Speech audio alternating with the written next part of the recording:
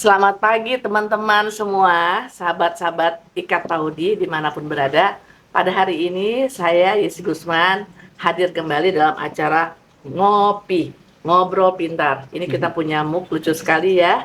Ini ada logo cintanya, ada gambar ngopinya. Dan kalau dipakai ini enak nih buat minum kopi apa teh. Tapi bisa juga buat taruh tempat pensil dan lain-lainnya. Hari ini saya sangat berbahagia sekali. Kita mulai lagi dengan episode yang terbaru dari Ngobrol Pintar kita. Dan telah hadir bersama kita semua pada hari ini sahabat saya, Prof. Cipto. Pak Cip, ini guru besar Terima ya kasih. di Selamat apa pagi. kabar? Alhamdulillah baik Bu Yesi. Ngomong-ngomong ini kok bajunya keren banget sih. Ini dari bahannya dari mana Pak ini Pak? Ini dari Bali nih. Oh. Ini tenun ikat Bali. Alhamdulillah. Iya. Ada teman yang baik memberikan hadiah. Oh ya ampun. Dan ini supaya ditonton banyak orang Bali. Bagus sekali, padahal biasanya Pak Cip itu paling senang pakai batik Madura ya Pak. Iya, Hari ini. betul. Hari ini pakai tenun ikat Bali. Oke, bagus banget. Makasih. Di sebelah kanan saya, sahabat saya sesama dokter di Ikat Paudi, Ibu Latri Margono. Apa kabar? Baik Mbak Yesi, senang sekali nih lihat banyak yang hijau-hijau, jadi saya pakai baju hijau. Dan di sebelahnya juga ada anggrek, ada anggrek. Anggrek, Di ya. mobil Ini indah dengan sekali. Hari ini kita beranggrek ria. Dan Mbak Latri ini sudah banyak berkecimpung dalam dunia sosial ya Mbak. Dengan Iya. segala macam persoalannya, kita ingin dong dibagi ilmunya hari ini dari kedua orang narasumber kita yang hadir hari ini. Siap. Boleh ya? Insya Allah, siap. Oke, saya mau ke Mbak Latri dulu nih. Kan kita topiknya hari ini adalah pemenuhan hak anak dan tentang proses berpikir anak ya. Iya. Kalau nggak salah ya. Mhm. Itu tentang proses berpikir dan pemenuhan hak anak. Menurut Mbak, pemenuhan hak anak ini bagaimana sih Mbak? Terkait dengan pekerjaan Mbak juga ya selama ini. Boleh nggak diceritain sama kita semua? Mungkin ada hal-hal dan saya yakin ada yang Mbak sampaikan itu nanti bersentuhan dengan apa yang dialami oleh teman-teman dan bisa mengambil hikmahnya. Iya, benar Mbak Yesi dan juga Prof. Cip bahwa satu hal yang utama adalah kalau kita bicara tentang anak adalah tentang tumbuh kembang anak, kemudian juga terkait juga dengan proses berpikir anak. Ini adalah merupakan satu hal yang tidak bisa terpisah satu sama lain. Bicara tentang anak artinya kita harus bicara tentang mengingat kembali tentang hak-hak anak. Hak-hak anak adalah hak hidup dari dalam kandungan sampai dengan usia 18 tahun. Itu adalah hak hidup. Jadi kemudian hak untuk tumbuh kembang. Hak tumbuh kembang ini adalah dari mulai hak kesehatan, pendidikan, pemenuhan hak-hak sosial, hak sipil anak, itu masuk dalam hak tumbuh kembang. Termasuk juga bagaimana kita orang-orang dewasa memberikan penghargaan, penghormatan kepada anak dalam hal anak-anak menyampaikan pandangan, menyampaikan pendapat, itu diatur dalam Undang-Undang nomor 35 tahun 2014 atas perubahan Undang-Undang nomor 23 tahun 2002. Itu diambilnya dari sekian tahun yang lampau dari CRC, dari HAM, hak-hak untuk anak, konvensi hak anak yang telah diratifikasi oleh Indonesia.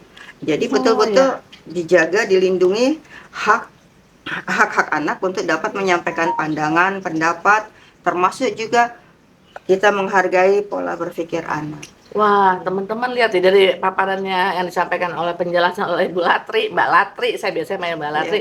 Ini rupanya sudah jelas ya bahwa di Indonesia pun sudah diatur nih hak anak-anak, hak tumbuh kembang. Jadi kita juga harus tahu bahwa anak itu punya hak-hak yang dilindungi. Jadi kita nggak bisa sembarangan dengan anak.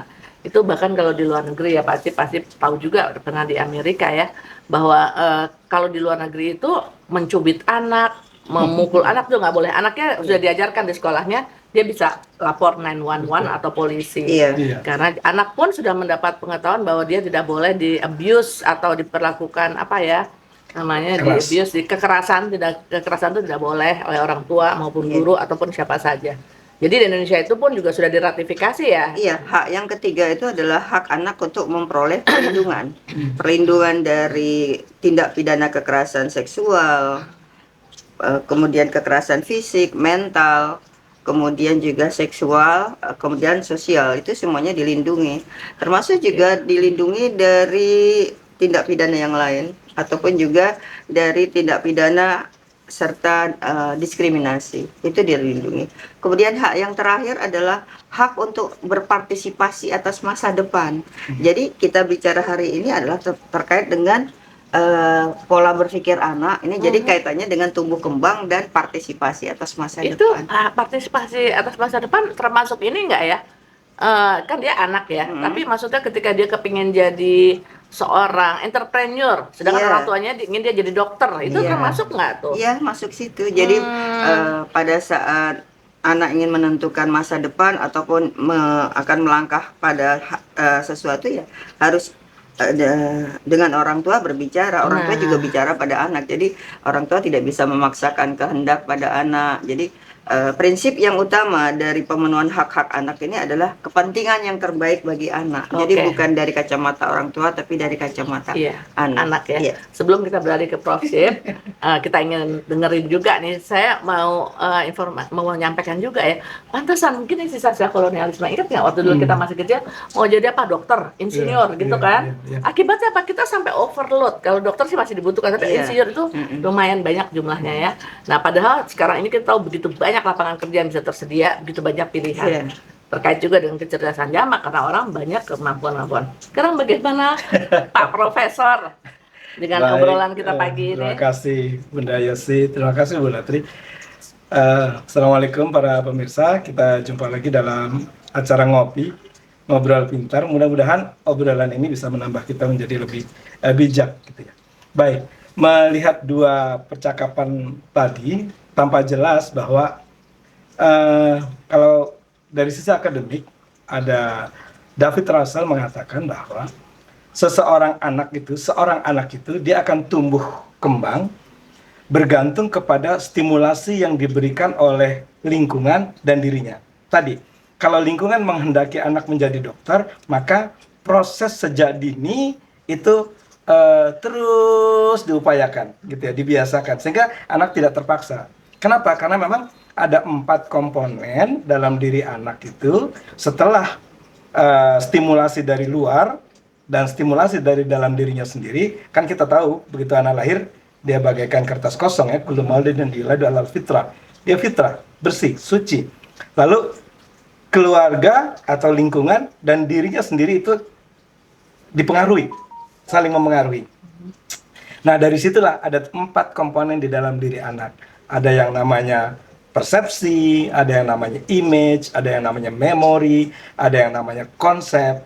Nah, setelah dia memproses itu di dalam dirinya, maka anak akan berpikir, kemana saya? Gitu. Nah, boleh jadi ketika menjalani proses berpikir itu, kan ada 3 ya, realisasi proses berpikir itu, yaitu ucapan, sikap, dan perilaku. Nah, ketiganya ini tidak boleh diintervensi oleh pihak manapun, gitu. Karena itu haknya anak, gitu ya. Tidak boleh diintervensi. Nah, itu sebabnya kita sering mendengar, jangan dipaksa anak melakukan sesuatu, karena itu akan melukai pikirannya, melukai hatinya. Kenapa? Karena itu yang disebut dengan intangible abuse. Perlakuan-perlakuan keras terhadap anak yang tidak terlihat, karena pikiran tidak terlihat. Di bawah sadar ya, Di bawah Pak, ya? sadar. Nah, yang sekarang kita sering persoalkan itu yang fisik. Yang kemarin katakanlah di Depok, itu kan fisik. Dipukul anak. Dan ini ada hal yang lebih sensitif. Psikis ya? Iya, Iya. psikis gitu. Dan itu juga harus kita Kekerasan jaga. Iya. verbal juga. Ya, termasuk kekerasan verbal ya di dalamnya gitu ya. Jadi ada intangible abuse. Nah, itu yang harus kita jaga. Sehingga anak ketika mau mengeluarkan pandangan, pendapat, pikiran, bersikap, berperilaku gitu, itu bisa diberi haknya. Nah, kalau kita lihat anak itu menyimpang, baru kita kasih tahu. Apa cara ngasih taunya? Di dalam ajaran Islam itu ada namanya ya toir tirokai takfiyadi gitu. Wahai anakku, gitu, kalau kita terjemahkan bebas, wahai anakku, silakan kamu melakukan apa saja, tetapi ketika kamu melakukan yang menyimpang, maka saya harus meluruskan. Nah, itu kewenangan dan kewajiban orang tua, guru, dan lingkungan. Kenapa? Karena orang tua, guru, dan lingkungan punya intervensi yang tadi kita sebut sebagai stimulus eksternal. Aduh, Saya menarik pikir banget. begitu ya, Brad. Kita nanti akan lanjutkan Oke, lagi ya. siap. Jadi ingat lagi nih, waktu masih kecil itu orang tua saya mengenalkan kami dengan sejak usia dini ya, dengan berbagai macam keahlian, misalnya les piano, musik, melukis, ya lain-lain. Nah, karena itu memberikan bukannya harus menjadi seperti itu, tapi mengenalkan ada ini loh. Iya, Nanti iya, anak iya. itu suka kemana akan Melakukan menjadi pilihannya dia. pilihan. Iya. Tapi kalau nggak pernah dikenalin, ya dia Iya, nggak tahu nggak kalau tahu. adanya itu gitu. Betul, Oke persis. teman-teman, nanti kita lanjutkan lagi. Kita minum kopi dulu atau Siap. kita minum Terima teh dulu kasih. sambil makan kue. Kopi dulu. Nanti kita lanjutkan lagi, Prof. Siap. Yang paling menarik ini nih. Sambil minum kopi ini saya merenungkan apa yang disampaikan oleh kedua sahabat saya. Benar ya, ternyata kita nih jadi manusia yang awas terus, hidup tidak berjalan begitu saja. Tapi kita harus berpikir, kita harus merasa, dan kita juga tetap aktif sampai berapapun usia kita. Betul. Nah, tadi sudah disampaikan teori-teorinya secara umum oleh Pak Prof. Cip, apakah teori berasal dari luar maupun teori dari Islam. Sekarang bagaimana nih menurut Mbak? Itu kan semua teori-teori, di lapangan bagaimana pada prakteknya?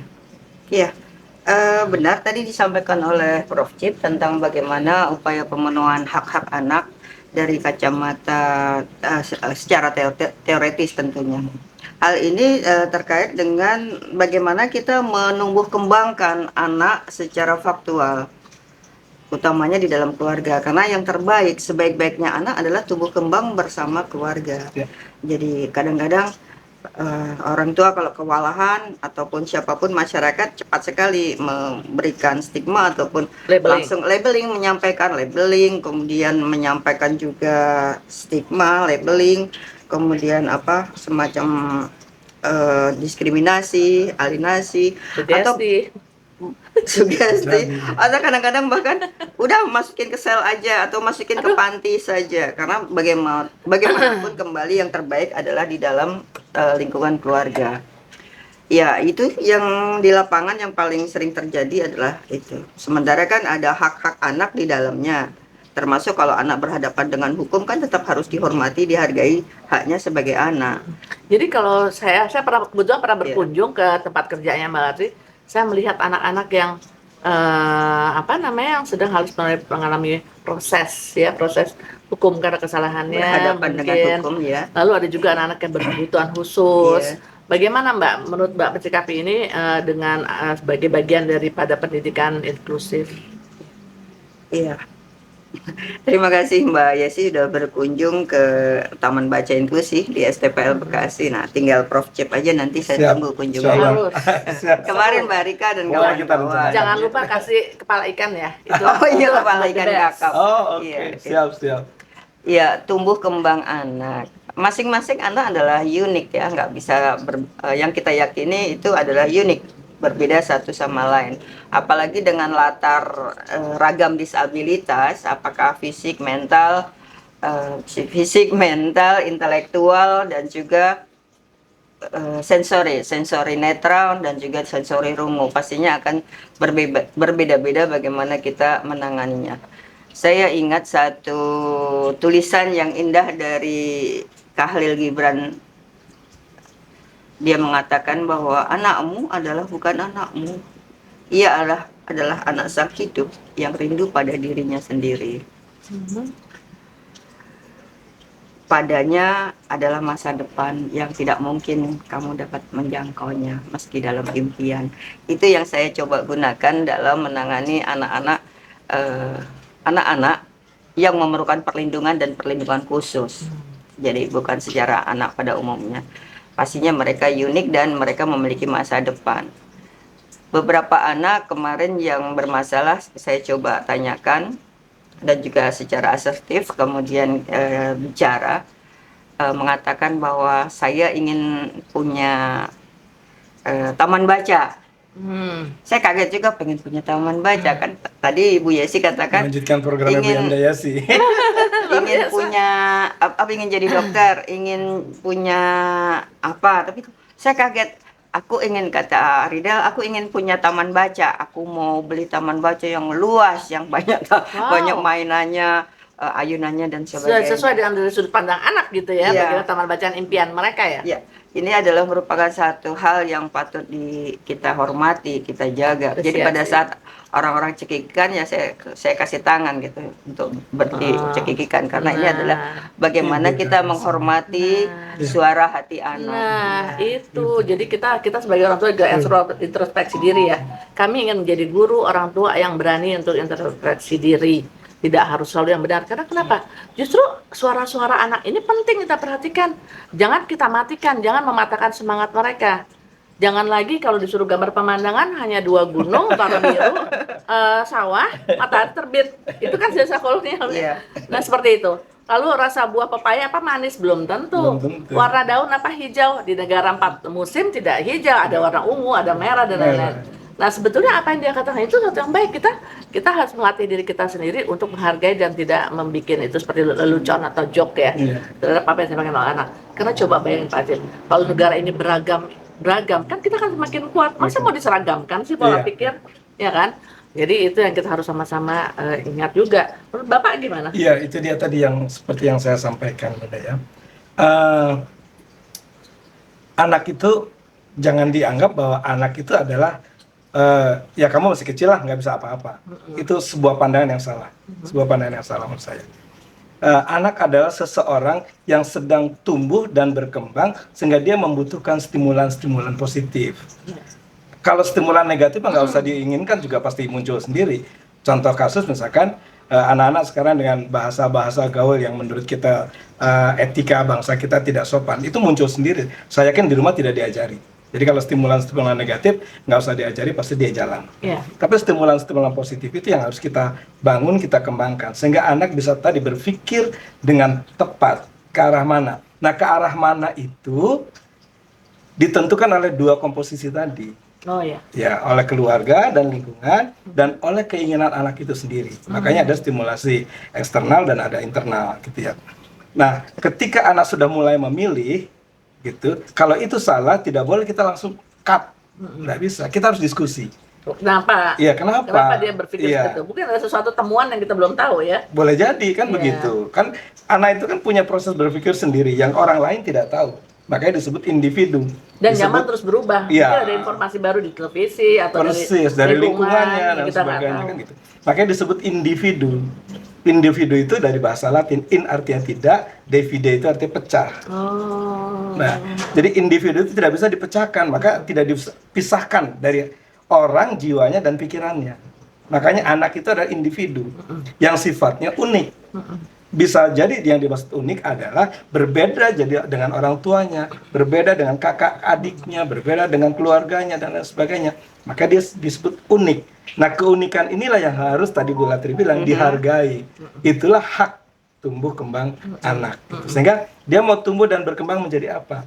Tetapi sebagai lingkungan, orang tua kah, saudara kah, keluarga kah, kalau kita melihat itu menuju ke arah yang salah, bahaya, maka perlu kita Intervensi. diskusikan intervensi gitu ya. Ada satu referensi yang kita bisa gunakan bersama, sangat sederhana, yaitu dari William Corsaro, itu terkait dengan web teori, teori jaring laba-laba, di mana tadi seperti Prof. Cip katakan tadi bahwa dukungan ekologi sosial seperti yang disampaikan oleh Bro Van Brenner itu adalah satu sama lain terkait, seperti halnya kalau kita melihat lingkaran-lingkaran yang ada di dalam bawang bombay, itu kan dalam lingkaran-lingkaran itu yang terkecil tadi adalah keluarga, kakak adik, Siung keluarga itu ayah, ya? ya. Ya, siung bawang ya kalau yang Iya, paling siung mudah. bawang itu kalau dikupas pelan-pelan itu kan adalah Iya, merupakan lapisan-lapisan. lapisan-lapisan. Jadi yang terdalam, lapisan yang terdalam kalau kita buka itu adalah dukungan ekologi sosial yang berasal dari internal keluarga. Tadi disampaikan oleh Ibu Yezi bahwa yang terkuat adalah keluarga. Jadi kakak, adik, kemudian keluar lagi teman sebaya, kemudian dikupas lagi, ditarik lagi teman sebaya, teman bermain di lingkungan luar rumah, di gereja, di musola, di menasa, kemudian di dalam lingkungan pramuka atau palang merah ataupun lingkungan bermain di mana, itu adalah membentuk dukungan ekologi sosial yang kalau itu solid, dukungan sosial itu solid, baik di dalam rumah, di sekolah maupun di jalanan, dikatakan bahwa tidak boleh memecahkan gelas seperti ini misalnya, ya harus solid. Atau tidak boleh merokok, itu artinya di rumah tidak merokok, di sekolah, di lingkungan masyarakat Yang paling tidak penting merokok. tidak boleh membuang Jadi sampah linear, sembarangan. ya seperti itu. Jadi Paling linear. gampang Iya. membuang sampah sembarangan. Jadi ini Bunda Yasi dan Bu Latri. Itu sebabnya lingkungan, ya, termasuk tadi keluarga, kakek, Iya. nenek, orang tua, bahkan sekolah, gitu ya. Pada pertemuan ngopi yang terdahulu kan saya sampaikan, 3 komponen ini, 3 dimensi ini harus satu kata. Kalau tidak, anak menjadi confused, bingung. Yang benar. mana yang harus diikuti kan gitu ya. Benar, kadang Nah, orang tua nggak kompak tuh Nah, ya. itu sebabnya sekolah sangat penting mengundang orang tua. Dan orang tua sangat penting datang ke sekolah. benar. Ya, sekolah itu bukan tempat menanam tanaman, tidak, tapi tempat untuk mengembangkan hak tumbuh kembang anak. Gitu. Jadi ini kita lihat lukisan kita nih cocok banget ya. Bapak, Ibu, ada mungkin nenek dan anak-anak ayam. Iya. Saya suka sekali lukisan ini. Iya, saya suka sekali ayam. Ya teman-teman, ini saya kenapa ya kalau setiap acara ngopi ini selalu semangat, karena rasanya otak kita tuh berkembang lagi gitu loh. Kita berdiskusi, berbicara. Jadi dan apa yang paling penting lagi, apa yang kita bagi ini semoga ya Pak Cip Siap. bisa ada manfaatnya. Amin. Buat teman-teman juga bisa ikut mendengarkan, berdiskusi, kasih komen di chatting ya. Dan hal-hal lain yang ingin disampaikan boleh juga. Jangan lupa subscribe. Itu yang penting. Oke, ayo kita Ya, terima makan kasih. dulu. Ya, Silakan. terima kasih. Ini kue basah, Ya. ada kue lapis, ada kue pisang, ada Ada serabi serabi. Solo. Ya. Ya, kita makan Dadar kue dulu dulu. ya. Dadar dulu. Wah, teman-teman sambil makan kue tadi kita ngobrol seru banget ya. Aduh, kita mau sharing lagi nih apa yang kita obrolkan di sini dengan teman-teman bahwa memang pemenuhan hak anak dan kesempatan buat anak itu sangat-sangat penting. Jadi saya selalu kagum sama Halil Gibran itu karena dia sudah memikirkan ke masa Halil Gibran itu mereka sudah masa Iya. depan. Jadi sama seperti kayak kita di kampus kita juga ya, bahwa ternyata gini deh Pak, tentang teknologi. Kita nih, Bapak mungkin enggak ya, tapi saya termasuk orang yang agak kesulitan, mungkin kecerdasan jamak saya bukan dalam bidang teknologi ya, tapi itu saya melihat anak-anak muda sangat cepat sekali, ya. Tapi juga kita hati-hatinya, yang saya tadi mau ngomongin, AI, Artificial Intelligence.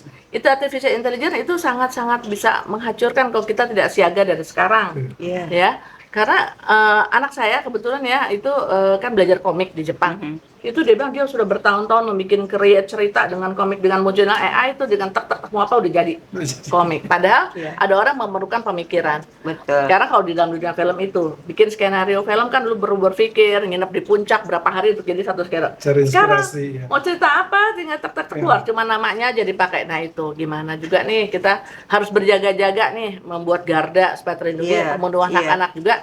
Jadi jangan anak kita merasa jadi buat apa adanya brain yang bisa berpikir kalau semuanya padahal teknologi AI itu dibuat oleh manusia. Gimana menurut Mbak? Terkait dengan pemenuhan hak masa depan anak. Iya.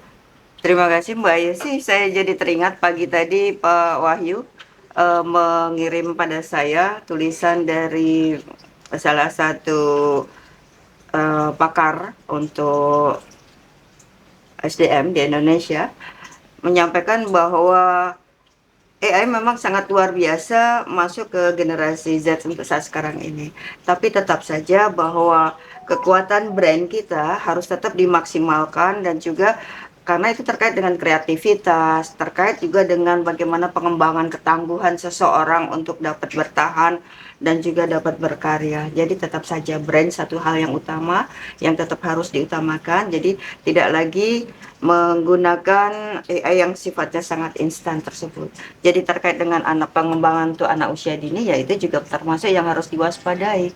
Karena beberapa lembaga-lembaga kursus di Indonesia, saya tidak menyebut nama, itu akan memberikan pengajaran terkait dengan misalnya tadi membuat komik atau membuat poster, membuat lukisan itu betul-betul menggunakan aplikasi-aplikasi yang telah tersedia sehingga anak dengan cepat merasa begitu saja puas dan ini adalah hasil karyanya. Instan, jadi serasa pemilik dia sendiri gitu ya. Pada saat kita diskusi kemarin di Perpustakaan Nasional, itu ada di sebelah itu paralel di lantai 4 itu ada pameran lukisan dan karya. Saya melihat ini yang karya visual yang memang dibuat dengan manual tangan.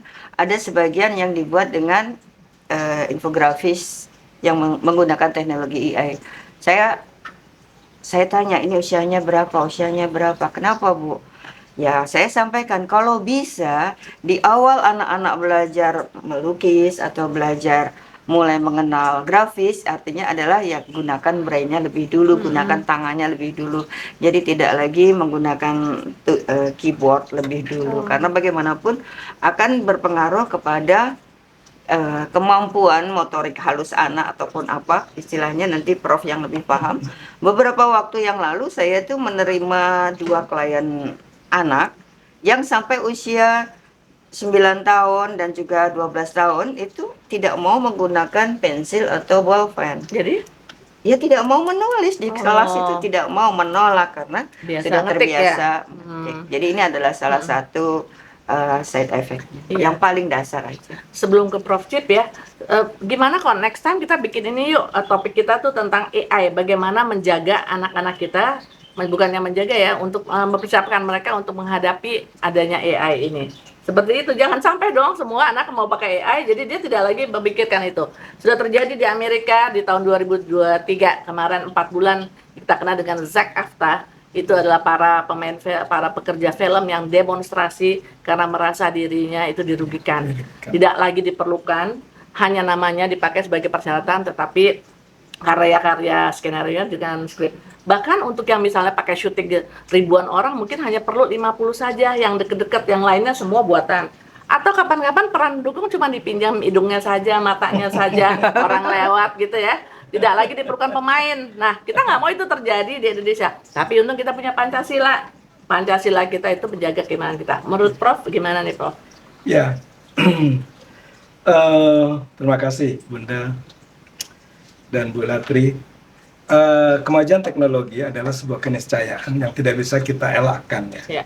Karena sebuah keniscayaan, dan itu adalah produk manusia, kan ada 4 jenjang ya pertumbuhan kehidupan di dunia ini, dan sekarang kita memasuki ke era teknologi, dan ketika era teknologi itu ya itu adanya, dan ketika kemajuan teknologi itu hadir, maka dia akan selalu apa saja, dia akan selalu membawa dampak yang 2, negatif dan positifnya.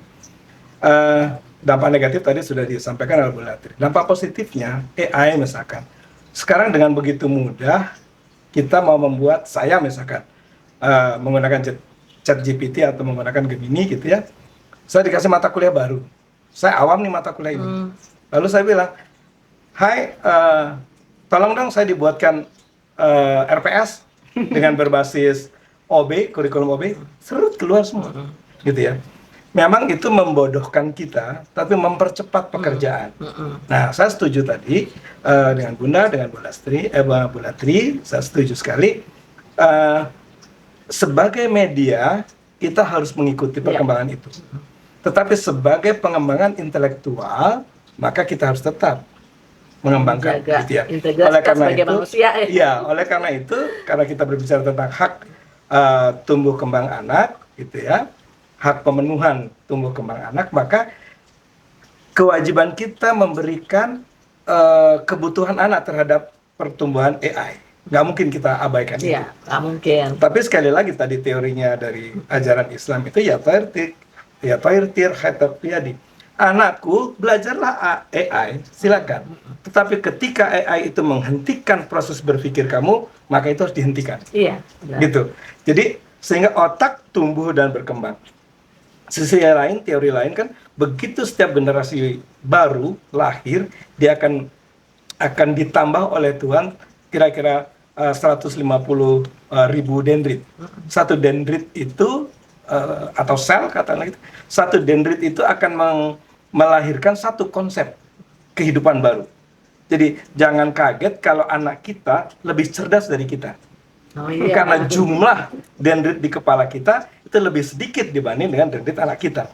Nah, oleh karena itu dalam memberi pemenuhan hak kebutuhan anak, maka kita harus bijak.